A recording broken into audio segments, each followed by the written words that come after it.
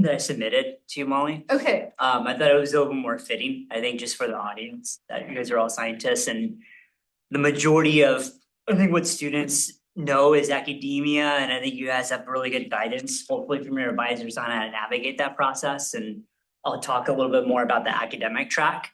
But I wanted to focus more on like the non-academic path, which is kind of the mysterious, I'm interested in, but I don't know how to navigate, or I heard of somebody that's done this, but I don't really know how to do the next steps and how to plan that while I'm here at Yale.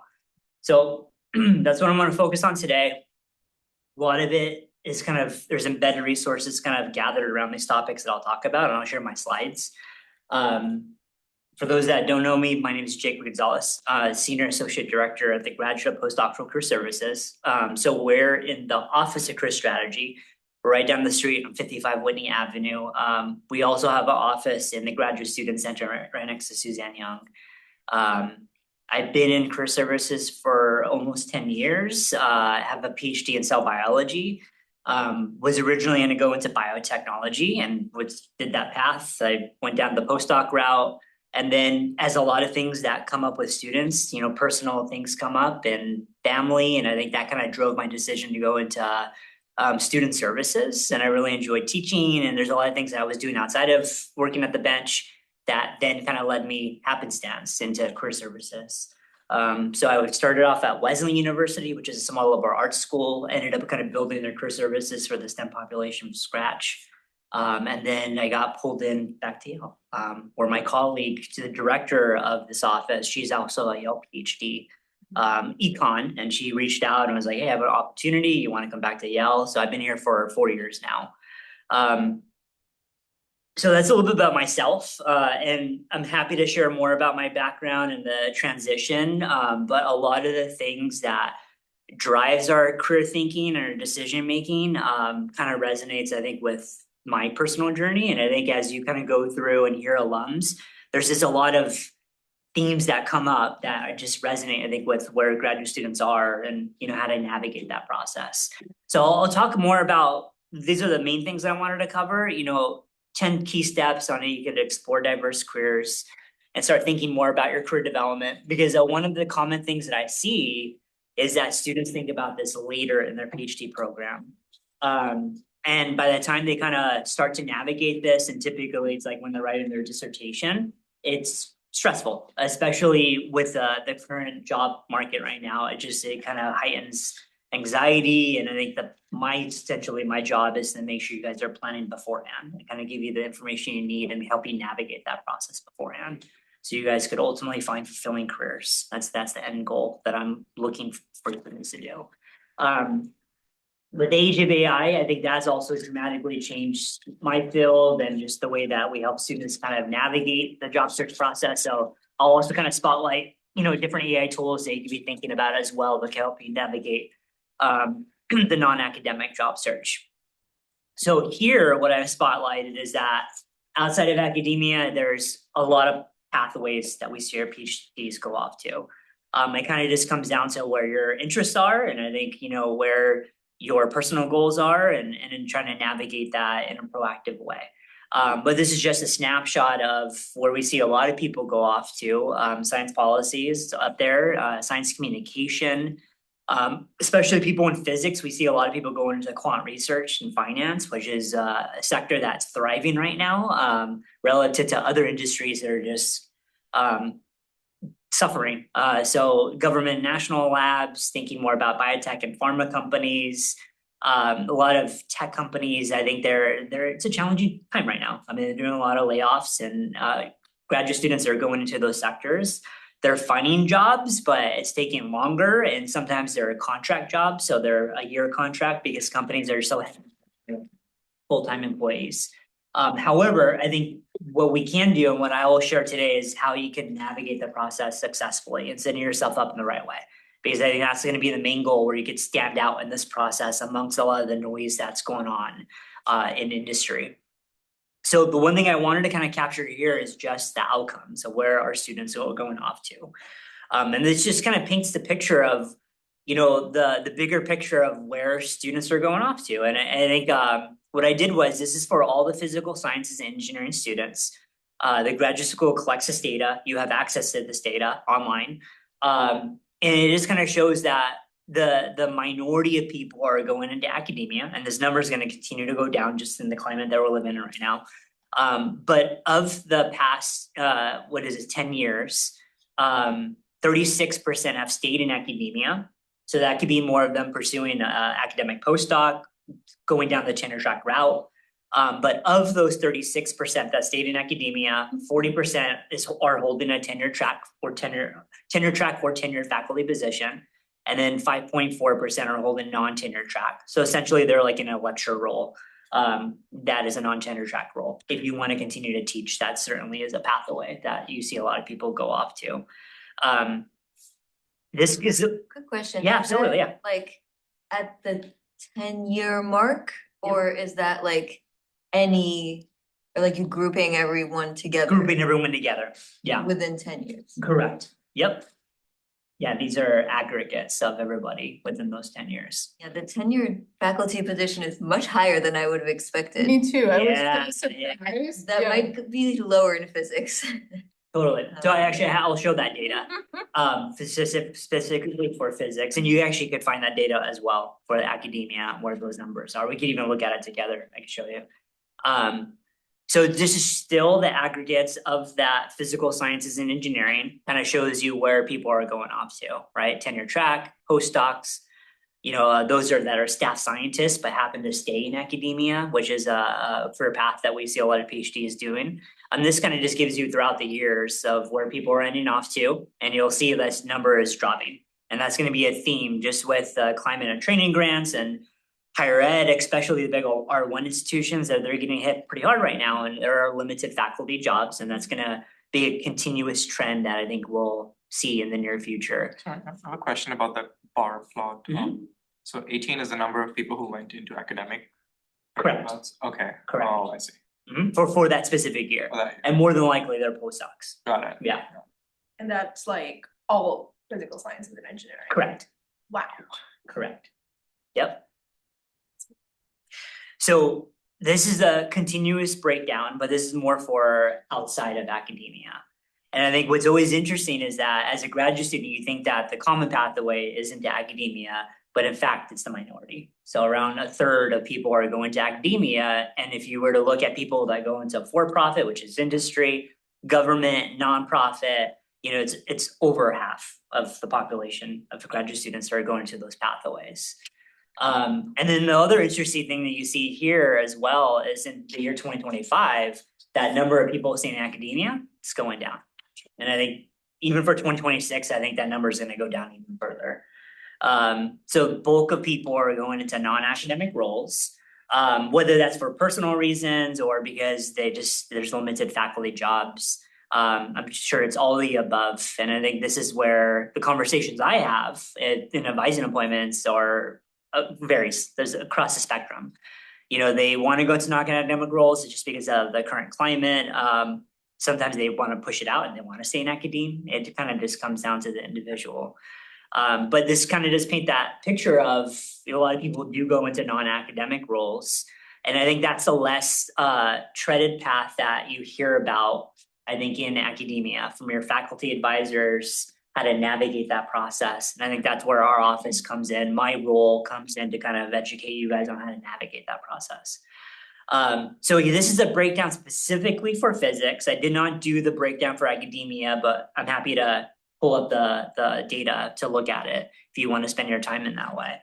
But this is also a breakdown of what that looks like. And if you looked into the current year for people that stayed in academia, it's even lower, right? Specifically in physics. So the bulk, 56% of people went into industry for the year 2025. And for the people that where it says alumni not located, that's just because we don't have good metrics on it. This is a third-party service that we hire to kind of collect this data. And so that's because people may be unemployed or they didn't disclose, so they couldn't find any public information on what they ended up. But that's what that grade. What was going on in 2015, 2016? Sorry, like, because it's also much lower, is it just? Yeah, if I would say it just fluctuates because 2015 and 2016, I mean, there wasn't really much going on in the economy at that time. Yeah, it wasn't. I mean, there was the 2008 where there was that economic crash, which I know that was, it's kind of, people are saying it's comparable to what we're experiencing now for students that are getting ready to graduate, but I think this fluctuates, Okay, yeah.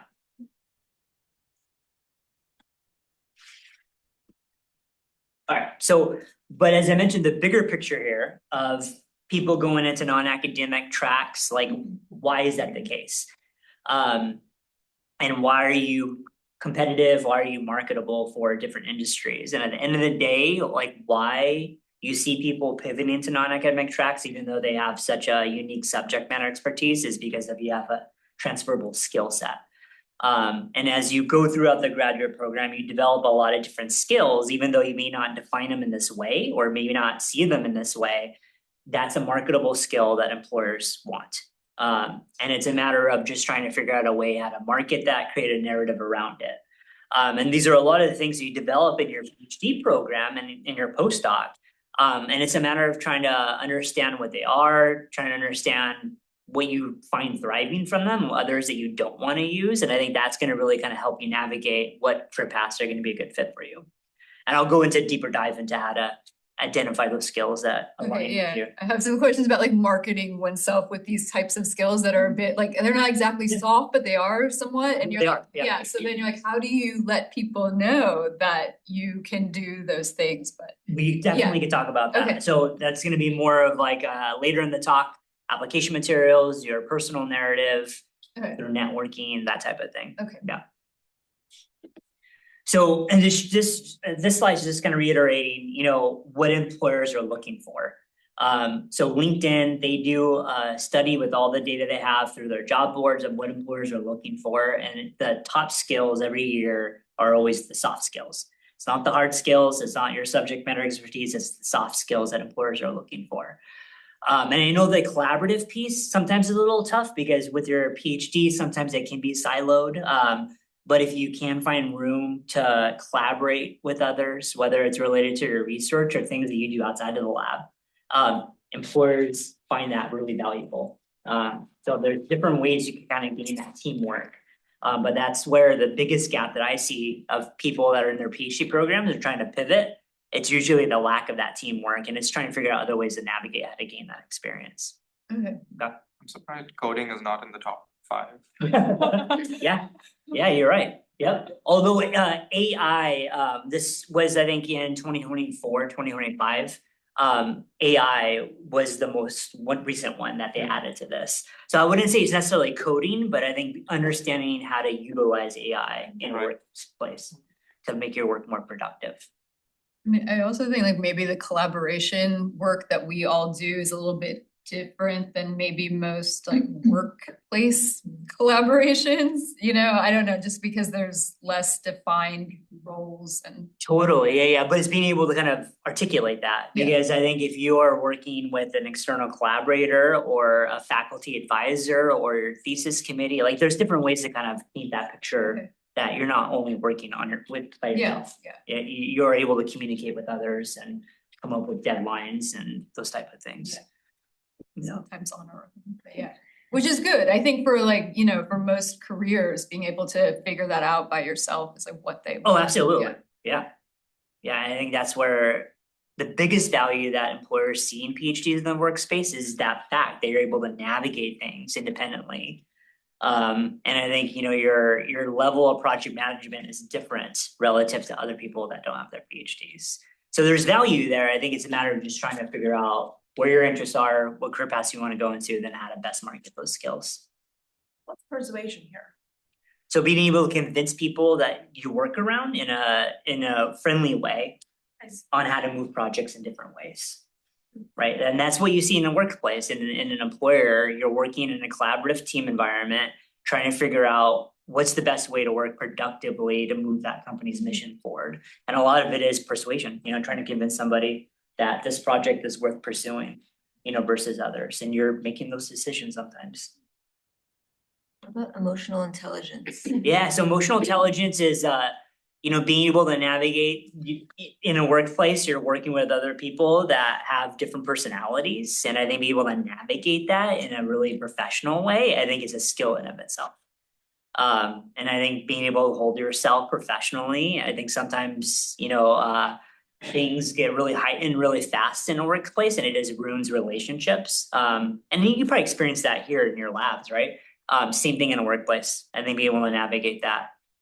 It's emotional intelligence. Yeah. A lot of this just boils down to collaboration. Exactly. Yeah. Yeah, a lot of it is. Yeah, absolutely. Being work effectively in a team environment. Yeah. So the goal here and the key here for this slide is thinking early in the process.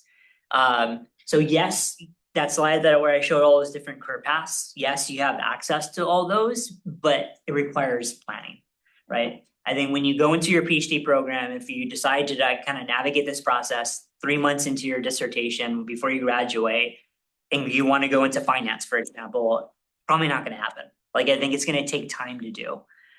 So the takeaway from this slide is that planning early is really key. And when you do that, I think it's just going to lead to more productive pathways, and it's going to make your life a lot easier if you decide to pursue non-academic roles. And this is just different studies showing that if you're a postdoc, you plan early, you are more productive, you publish more papers, you have less conflict with your advisors. People that just plan in generally, have better salaries, promotions, the level of responsibilities, and at the end of the day, they're just happier in their jobs, right? So the walk away here is plan early. Think about this early. And there's different ways to do that. I mean, you don't necessarily have to be super active like in your third year, but I'll give you tangible things you could be doing, kind of stay on top of it and keep it at the forefront of your career thinking. So step one, and going back to more the theme of this talk, was how do you do the non-academic job search for scientists?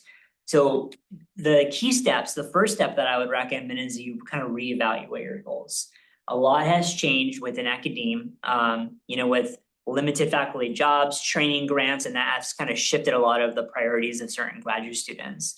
So kind of reevaluating whether you want to stay in academia, and if not, or even if you're remotely open to the idea of non-academic roles, starting to think about that, of where your interests are. What do you enjoy doing? What type of problems do you enjoy working on? Going back to the skills, like the transferable skills, yes, you have these. Like, are there some that you want to utilize more effectively than others? And others, you're like, no, I don't want to do that. I think that's going to help you kind of choose which career path aligns, I think, with what you're looking at. And I think the biggest thing is kind of asking yourself, do you want to stay in your subject matter expertise? Do you want to continue to leverage your technical skills, or do you want to completely walk away from that? So those are all viable questions you should be asking yourself, which kind of falls in the interest and skills category. But then the third, the priorities, is the other thing that you should be thinking about. And this is often, honestly, in the advised employments that I have, this is what I'm having conversations with graduate students. They're coming to me and saying, hey, Jacob, I need to live in this location because I have a spouse, or I want to make a certain income and get away from my stipend. And this kind of drives a lot of their career thinking. And honestly, with my own career path, that's kind of where I fell. Was more and more of the work-life balance, family, that kind of drove me more into, higher ed administration. But all these things are important to think about. And then when you do those type of self-reflections, I think that's where the short-term and long-term goals come in. Couple ideas on how to kind of navigate this. There's these individual development plans that you may be filling out with your advisors. Sometimes it's a requirement if you're on an NIH or an NSF grant. But these IDPs that I'll share you a few helpful links that have these platforms. Essentially what they do is they help you kind of outline these short-term goals. And a lot of the IDPs are more focused on like your research goals, but there's also a career development piece to that. So this is a good way to kind of fill those out. And it's usually a yearly process that you do, just given that goals change all the time. But it's also a helpful framework to have with your advisor, because that's the other missing piece. Like, how do you have an open conversation with your advisor about this? And it kind of comes down to you and your advisor, because there's some people that avoid those subjects because of just the message that comes from their advisor, and others that are a little bit more open to having that conversation. But the IDPs are really helpful to kind of frame that conversation with your advisor. So is IDP like a framework or like what? It is, yeah, so essentially it's a platform. Have you ever heard of the My IDP? No. Yeah, not over here. Have you, okay, have you filled it out before? Yes. Yeah. But it was several years ago. 7 years ago, okay. So depending on some departments, they require this because some grants require it. So essentially, when you log into it, and I'll show you an example of it, but it's more for Imagine PhD. It's a self-guided set list of questions they ask. And then from that, they'll pull that data together and they'll give you your top interests, your skills. And then from there, it actually will propose different career paths that align with that as a starting place. So my IDP is one that I would recommend. It's more STEM focused. However, there is one that's called Imagine PhD. That is also really helpful and I like it because it's a little more intuitive. But let me pull that up really fast. And I'll show you an example of like what it looks like. Actually, I'm gonna shift my screen. So when you log on to Imagine PhD, and this is also for STEM individuals that are going into non-STEM roles. When you go to the assessments, and this is similar to my IDP. Essentially, it's a list of self-guided questions that you'll take an assessment, and then it'll give you your top 5 interests, top 5 skills, you know, if you have certain work values, and then from there, it does kind of propose different career paths that would be a good fit. This is also a helpful framework to have a conversation with me. So in the advising appointments, I get students who will come and be like, hey, Jacob, I filled this out. Here it is. I want to kind of brainstorm, like, what are different career paths that you would suggest that I start to navigate? Or going back to AI tools, and I'll give you some prompts you can utilize, feed this into that. Be like, hey, I'm looking, I filled out a self-assessment. Give me 10 specific career paths I could pursue. This is my background, and then it does a really effective job of also outlining different career paths, but also like job titles, because that's a common misconception on like what job titles do I use to find jobs, right? And so ChatGPT AI, great way to find job titles for certain roles you're interested in. Yeah, I think like as a PhD student to your next step, like I have no idea what kind of job titles look, because I'm like, I'm not an engineer, so Cool, yeah, we could talk about that. Yeah.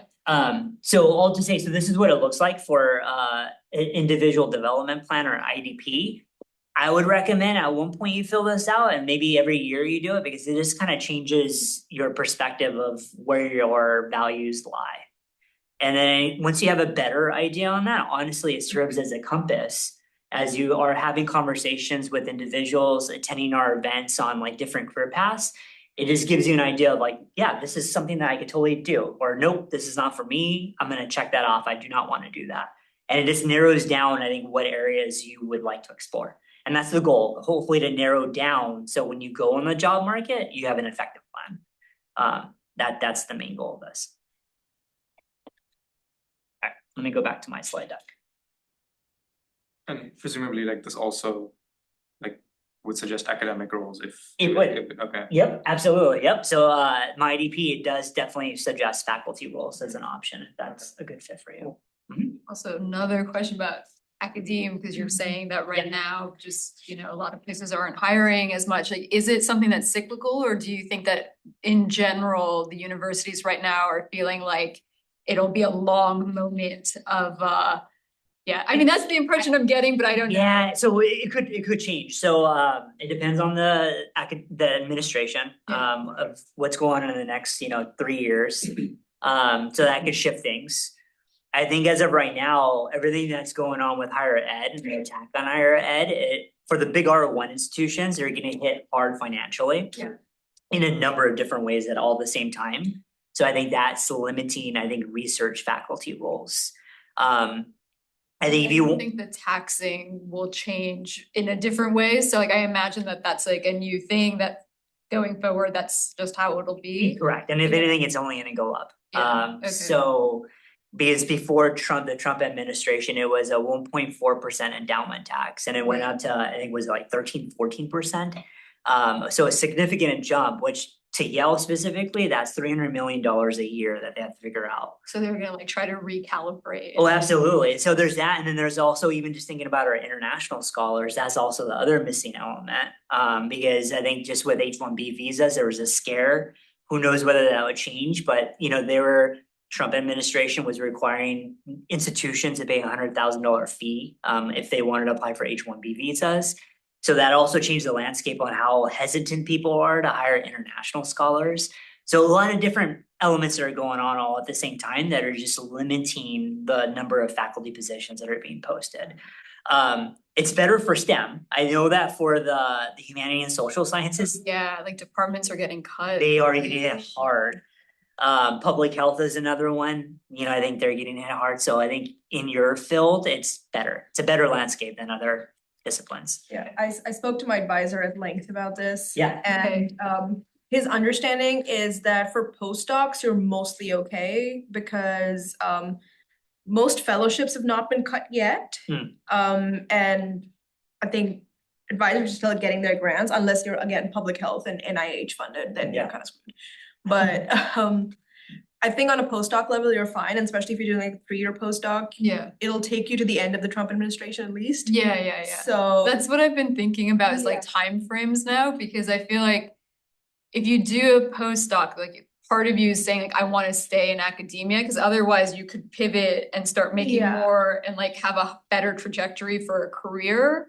But I feel like it's so hard to know that like after postdoc next step Yeah. and but in this climate. so that's what I've heard. So we have a postdoc in our lab who is pivoting to industry now, and for him it has been pretty smooth Okay. because he's picked up like a lot of those skills and like people were excited to hire him, I suppose. Yes. Cool, What field that's is he great. going to He's going into quant. do? Yeah. Okay. Working for his one. Yeah, not surprised. Yeah. Yeah. So yeah, TLDR, postdocs still kind of okay. Faculty jobs are really bad because like the same postdoc I was talking about, any other year he would have gotten like a bunch of faculty positions because I think he's really good, but Yeah. it's just the market is really bad for faculty positions in particular. Okay, So now if you want to stay within academia, I think the other conversations that are going on right now is thinking more about like teaching adjacent roles. Right. So small liberal arts schools where you can still have a research agenda, but it's less of a focus. And I think it's more teaching focused. So I think that's also other pathways that, we're helping students kind of navigate. If they want to stay in academia, like what other institutions are there out there that they could pursue? I was also wondering if there's any reason that it makes sense to, if we're pivoting, to pivot earlier.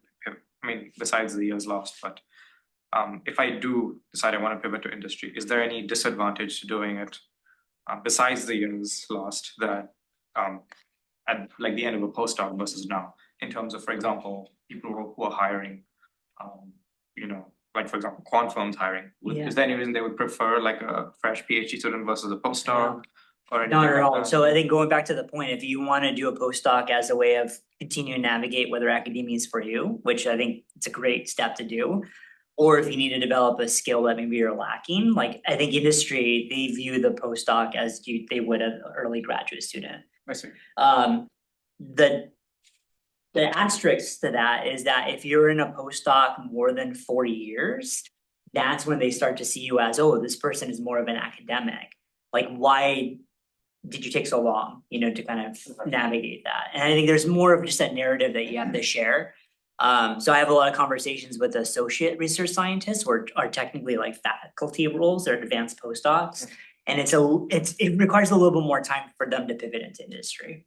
So that's just something to kind of be more mindful of, the number of years you spend as a postdoc. Makes sense. Yeah. Even for faculty positions, right? Like that is also starts to become a Absolutely. negative once you have more years of postdoc. Yep, So yeah, I think it's kind of the case in absolutely.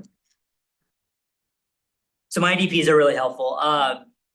So this slide would be a little different within the past like 2 years, but I think just with everything that's been going on, I think step 2 to think more about the non-academic job search is think expansively.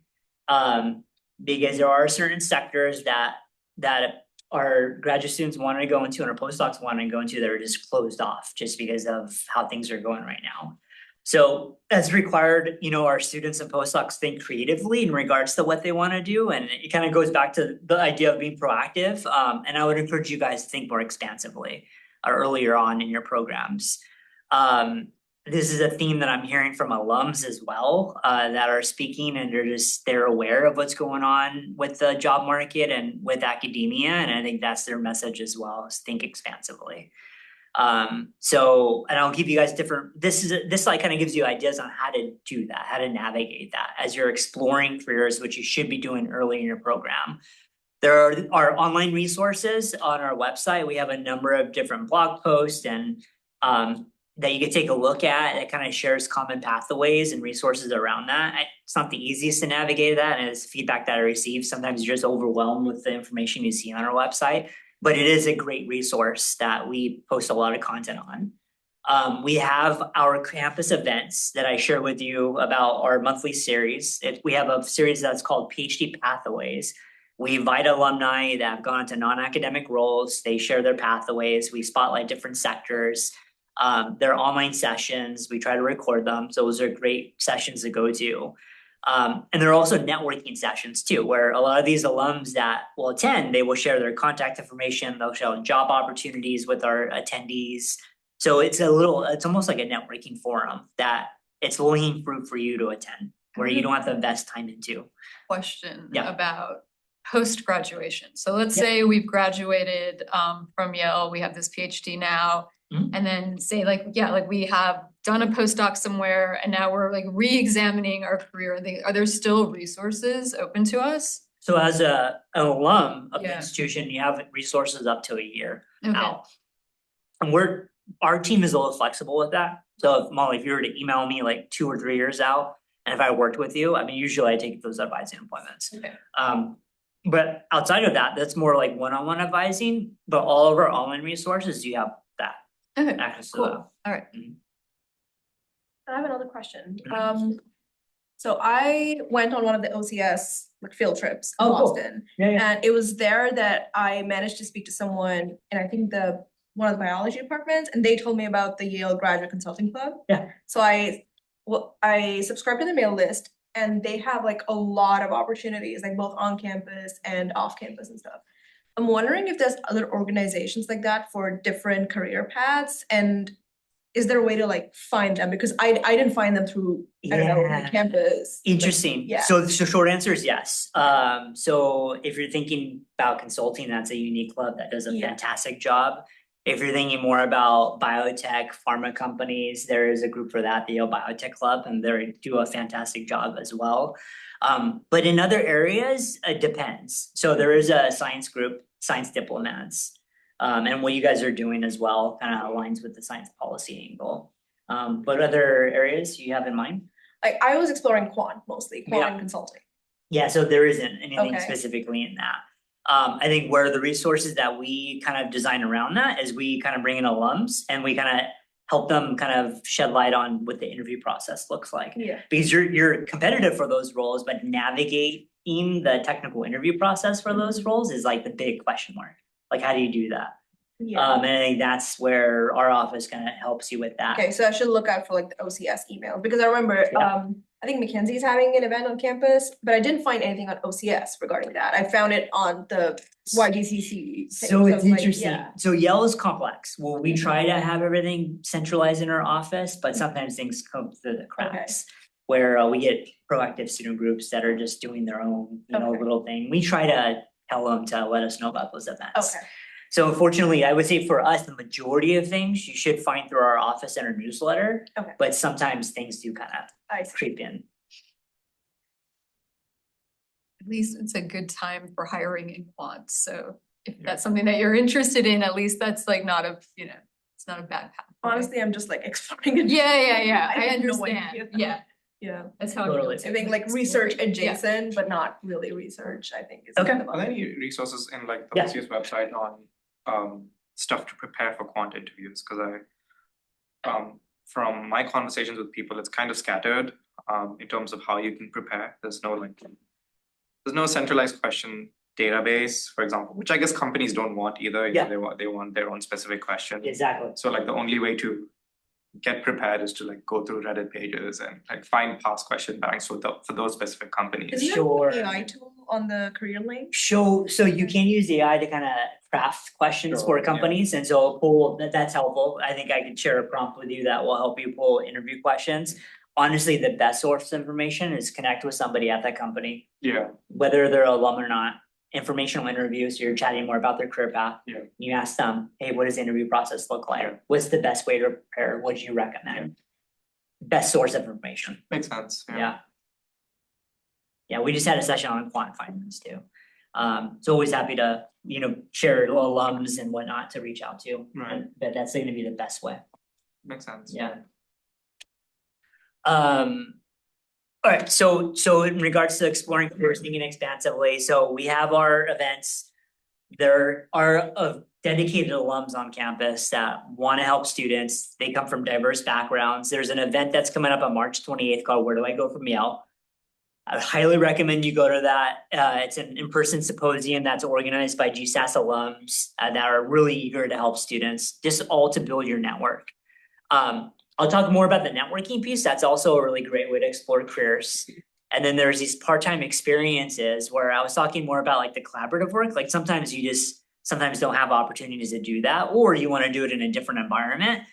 Well, our office, Suzanne Young's office, have created resources where you could do that through part-time experiences. So the McDougall Fellows, the GP Fellowship, they're part-time opportunities, and I would highly recommend that you participate in one. But it's just another way to kind of gain a skill that employers are looking for outside of your research project. So I talked about this. This is our series that we run, a monthly series. We're gonna have one coming up on science policy. Actually, next month, we're doing one on technical interviews. Okay. Yeah, so we're gonna get alums to talk about that. Really, really helpful sessions to go to if you could attend them. They go through our weekly newsletter when we organize them, and you get to hear from industry experts on a number of different sectors. But as I mentioned, they're great networking tools where you could always reach out outside of the sessions. Usually they share their contact information, all great ways to explore career paths. Now in our office, we also do support the academic job search. We also run a series called Academic Job Search. And so this is where we bring in faculty members, whether they're alums or whether they're Yale faculty, to talk more about how to navigate the academic job search, how to kind of position yourself well in the market. And there's a really great session that I'd highly recommend that you watch. It's called The View from the Search Committee. And they're DGS on the biological sciences side and somebody that was more on the physical sciences side. And they just kind of were candidly talking about like what they're looking for in candidates. And it was interesting, the conversation that came up was more like start looking outside of academia or start looking for international opportunities. Like faculty members were saying this, that are really well-renowned faculty members.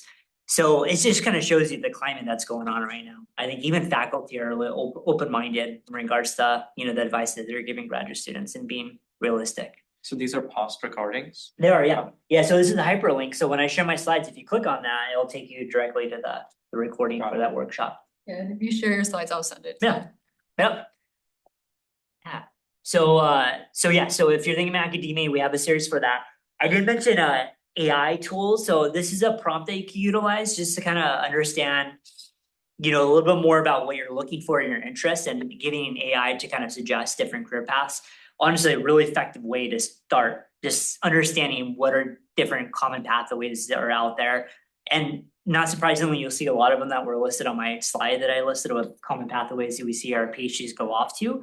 But also this is a great tool to identify employers that you maybe even never even heard of with that second prompt right here, or even identifying common job titles you could start utilizing to kind of looking at different job boards or finding somebody on LinkedIn with a specific job title that you're interested in. So I'll let you guys kind of mess around with the AI prompts, but these are really effective tools to utilize.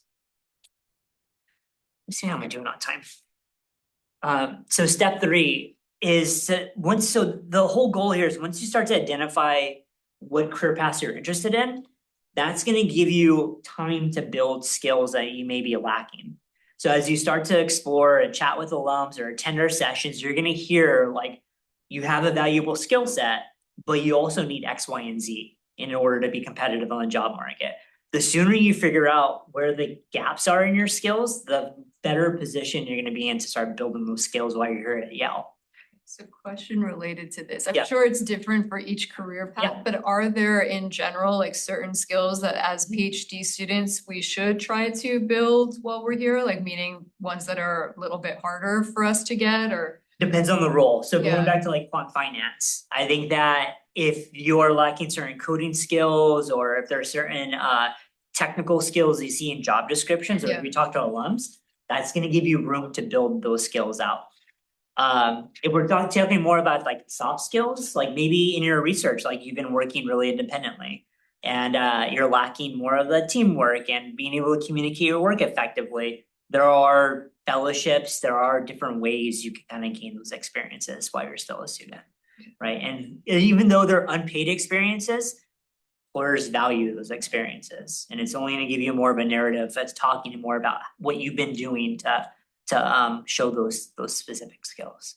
Okay, so short answer is it depends on what you're going into, Yeah. which is where the slide comes in, the next slide. So maybe look at like job postings in the careers that Yes. we're sort of interested in and look at what skills you should have. to That's kind one of- way. Okay. Yeah, so right here, so how do you do that? So you go look at Oh, yeah, job it's right on the descriptions. slide. You could talk to employers, so this is where the outreach on your own, if you connect with somebody, you learn more about their career path.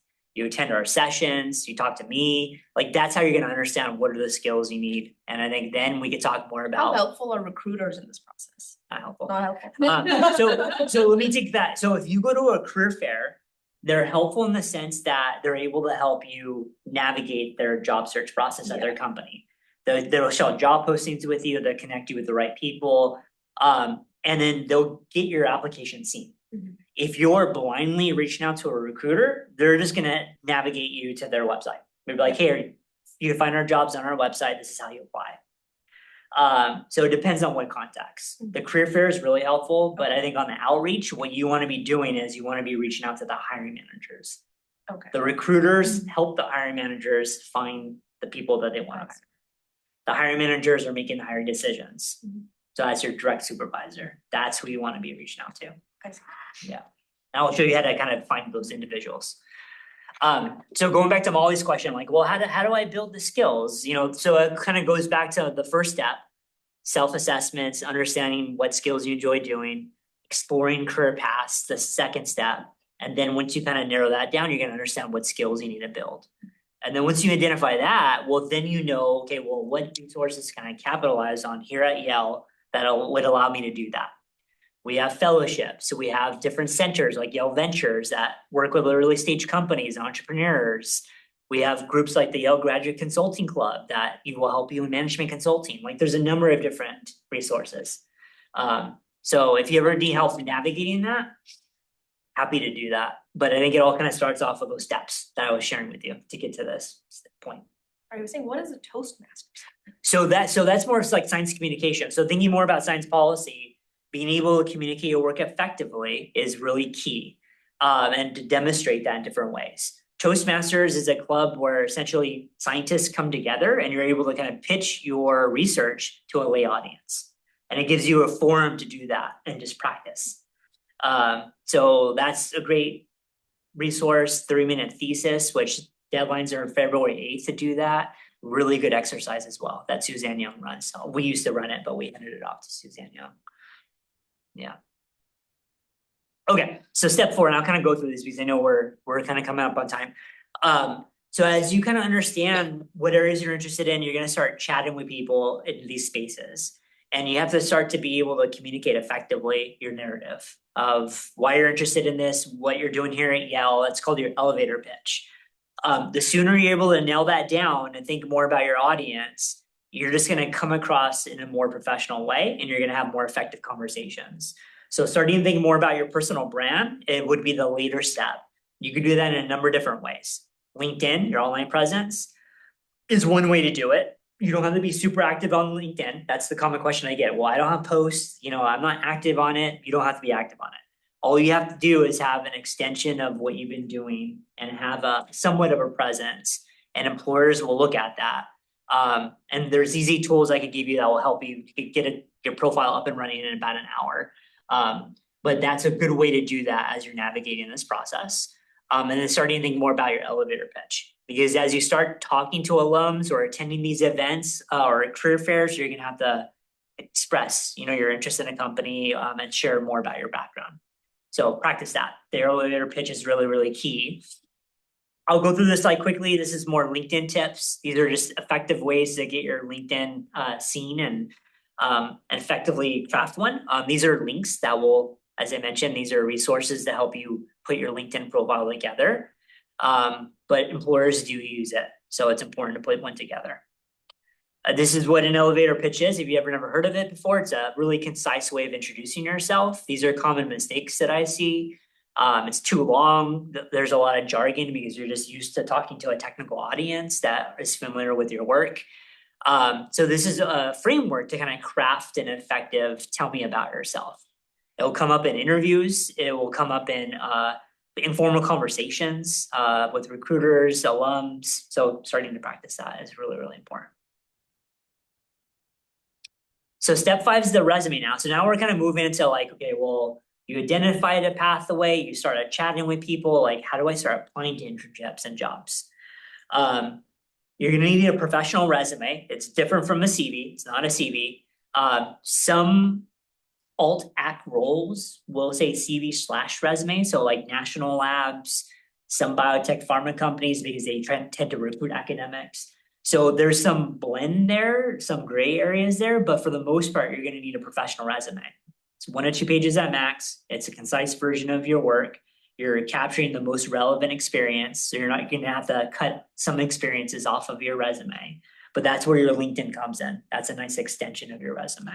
So that's where a lot of the experiences that don't make it on your resume will go on your LinkedIn profile. Okay. Common misconception is that students say or think that they need to craft a resume in their 5th or 6th year. That's not the case. So these are some reasons why to start working on it now. I'll call out a few, just important networking tool as they're chatting with people, they'll ask for your resume. Going back to the self-reflection piece, it gives you a way to kind of start thinking more about the skills and achievements you have. So it's a good way to brainstorm and just get it on paper. And it helps you build confidence. As you start to kind of break down what you're doing in your PhD program, you're gonna realize that you have a lot more skills than probably you previously thought. Now, in regards to how to do that, to build your resume, we have online resources and I'm happy to share that with you. So I didn't want to spend too much time on how do you craft a resume. There's plenty of resources that we have around that. So I want to focus more on like bigger picture things. So going back to step 6, thinking more about the non-academic job search for scientists is building your network. The why piece, some people know, it's more the how, I think is where the confusion is.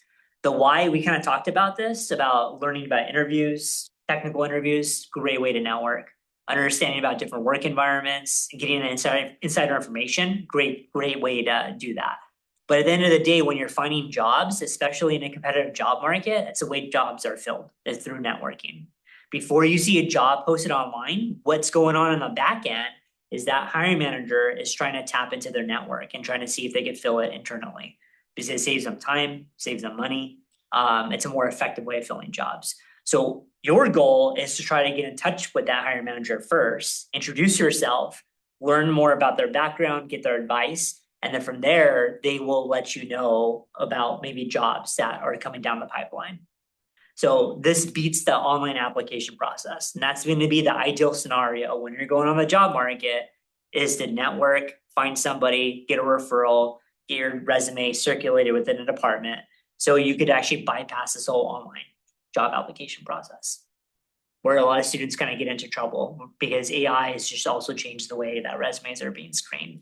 Yeah. And the volume of applications employers receive, it's a competitive job market. So it's not the most effective way to be applying to jobs. Yeah, I was wondering if there's like certain things now, because I do think AI screens everything, like are there certain terms that should Yep. be used or not used, or like I don't know, I haven't. Totally, yeah. So I don't think, I don't know if I listed anything in my slides about resumes and how to use AI to craft your resume and tailor it. I could send you a link Okay. because we have dedicated workshops on that. And that'll give you more of that, but Okay. short answer is yes, there are tools that we have that will help you tailor your resume to a job description. Cool. And it's not elaborate. Sometimes when I tell students they need to tailor their resume, they think like, I have to spend 2 hours on a resume for each job application. It should only take you 15 to 20 minutes to do this. Once you have pretty much like a master draft of your resume. Okay. Okay, so building a network, the how. I want to kind of talk more about the how for a little bit. And I'm happy to shift in anyway, because I know I'm coming up on the hour mark. But I'll go through this quickly. When you're exploring careers and you're trying to reach out to alums and hiring managers, you do this through a process that's called informational interviews. It's a common business practice in the US. You reach out to somebody, you send them a personalized message asking to learn more about their career path. You do not ask for a job. But when you have the conversations, there's questions you could ask to allude to about job opportunities. And that kind of shifts the conversation a little bit. But when you're reaching out to ideally their company email address, and I'll show you how to find that.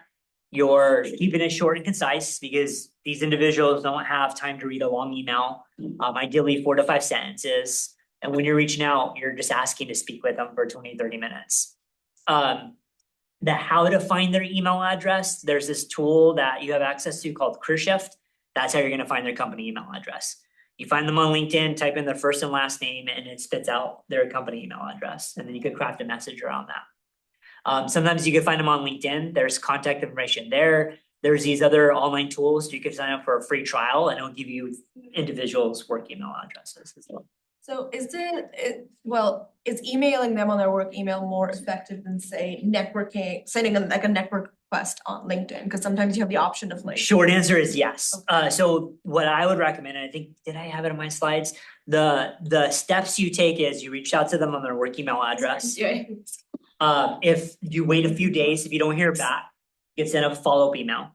If that doesn't work, then LinkedIn, it would be the default. The downside of LinkedIn is that one, you have a character limit. So you only have 200 characters to say what you want to say. And then also with a limited LinkedIn trial, like you only can send so many of those messages. So you kind of tap out on how many messages you could send.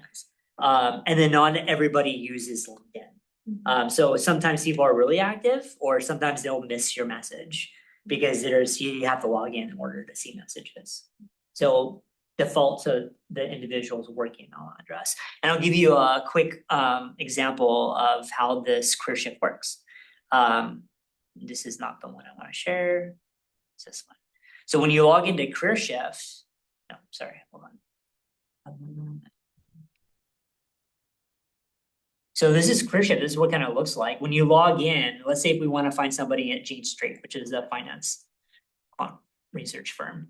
When you type in the person's first and last name, and you'll find the person you want to speak to on LinkedIn first, but then when you come here and look up their company email address, and when you go to this, essentially what you're going to do is, if they have it, sometimes it doesn't always come up, but you're essentially going to get like a work email address for these individuals.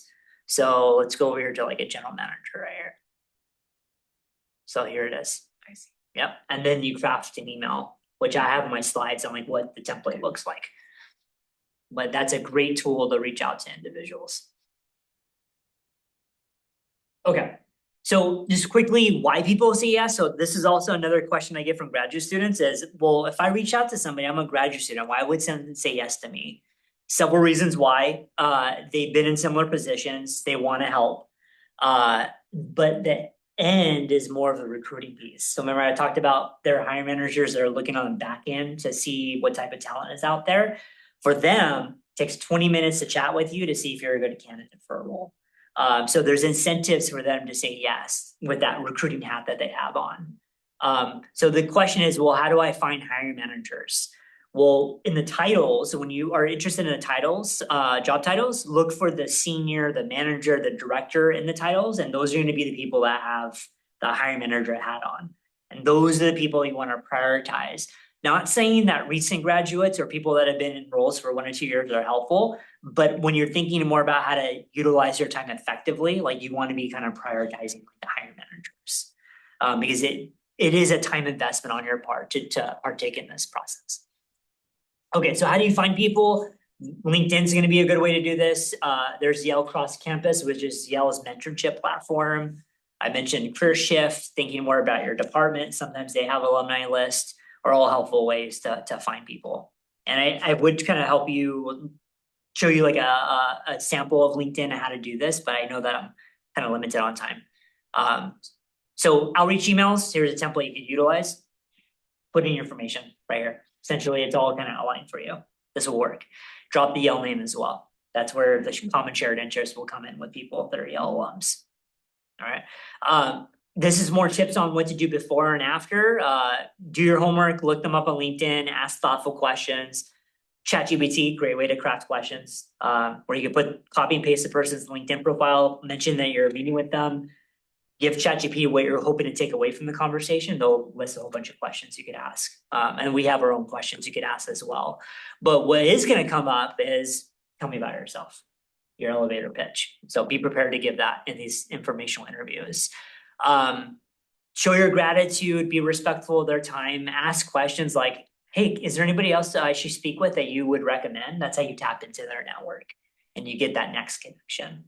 All really, really helpful to kind of do. The follow-up is key. So I know you mentioned you're earlier in your program. So you could do this now and maintain the connection. And it's best to do this before you go on the job market.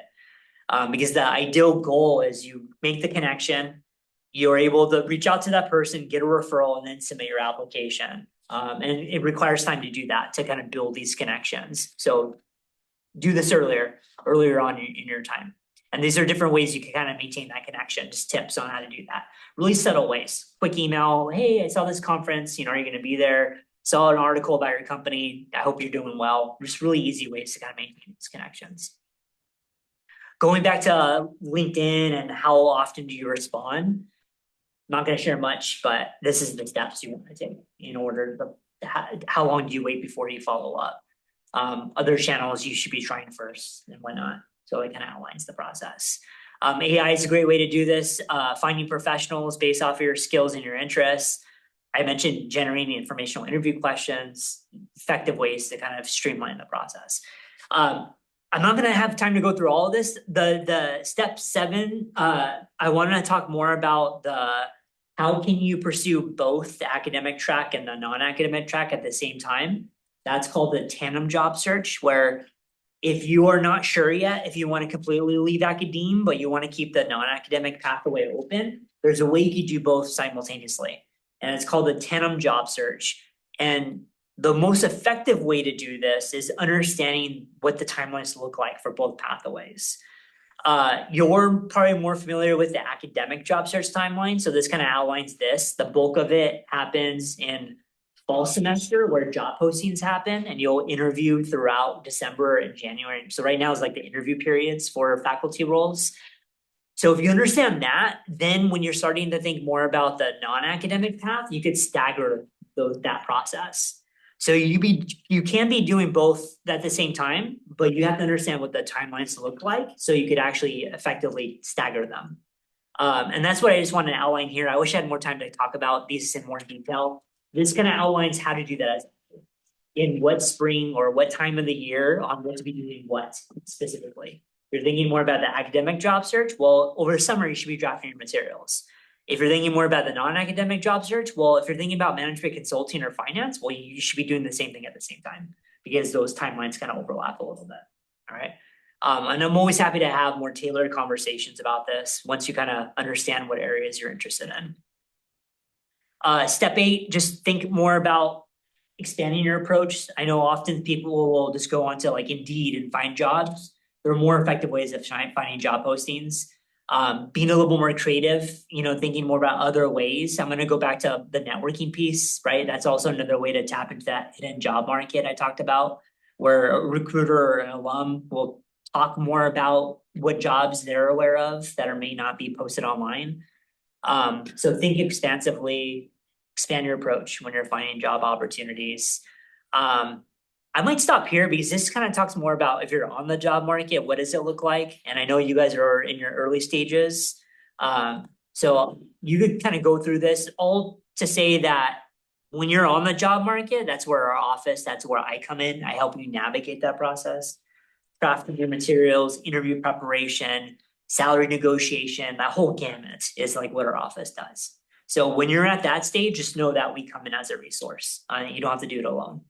But I'll stop there and I'll use the rest of the time to address any other last minute questions. But and as I mentioned, you have access to me through one-on-one advising throughout your entire time at Yale, even beyond Yale.